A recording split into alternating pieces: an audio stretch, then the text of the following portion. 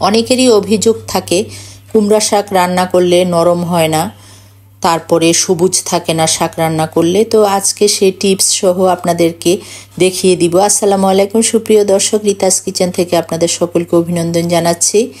আজকে কুমড়া শাক মাছ হালকা ভেজে রান্না করে দেখাবো। তো এখানে আমি একটা কড়াইতে কিছু পেঁয়াজ কুচি নিয়েছি, দিয়ে তারপরে 1/3 কাপের মতো তেল দিয়ে তারপরে এখানে স্বাদ মতো লবণ দিয়ে দিব, নেড়ে চেড়ে দিয়ে দিব কাঁচামরিচ 7-8টা ফালি করে দিয়েছি।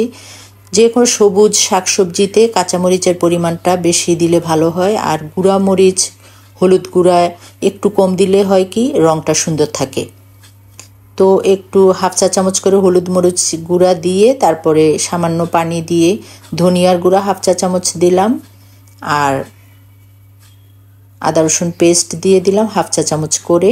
দিয়ে মশলাটা যখন ভালোভাবে কষে আসবে, তেল উঠে যাবে, তখন কুমড়া শাকের যে ডাঁটা, সে ডাঁটাগুলি আগে আর একটা আলু আমি চিকন করে কেটে নিয়েছি, এটা দিয়ে ভালোভাবে নেড়ে চেড়ে মিশিয়ে নিয়ে চুলার আঁচটা এ পর্যায়ে মিডিয়াম থেকে লো থাকবে, কারণ লেগে যাওয়ার সম্ভাবনা থাকবে।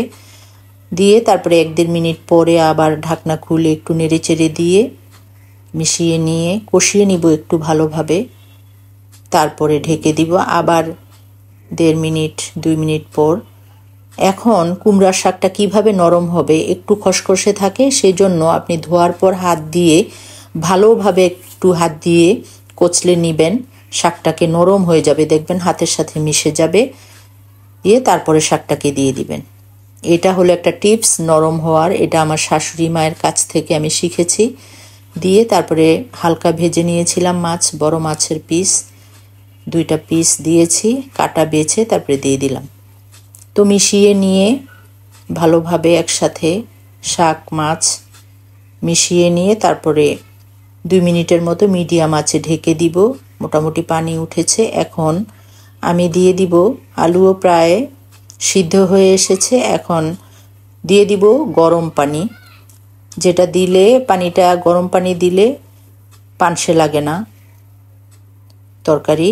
একটু মিশিয়ে নিয়ে আরেকটু গরম পানি আমি দিয়ে দিব, পরিমাণটা অল্প করেই দিবেন। তারপরে দিয়ে ঢেকে দিয়েছি 2 মিনিটের মতো। তো আমার হয়ে গেছে। এখন নেড়ে চেড়ে মিশিয়ে তুলে নিব, সার্ভ করে দেখাচ্ছি আপনাদের। দেখুন একদম সবুজ রেখে এই রেসিপিটা অসম্ভব মজার, অসাধারণ টেস্ট হয়। একবার শুধু করে খাবেন কুমড়া শাক দিয়ে এই রান্নাটা।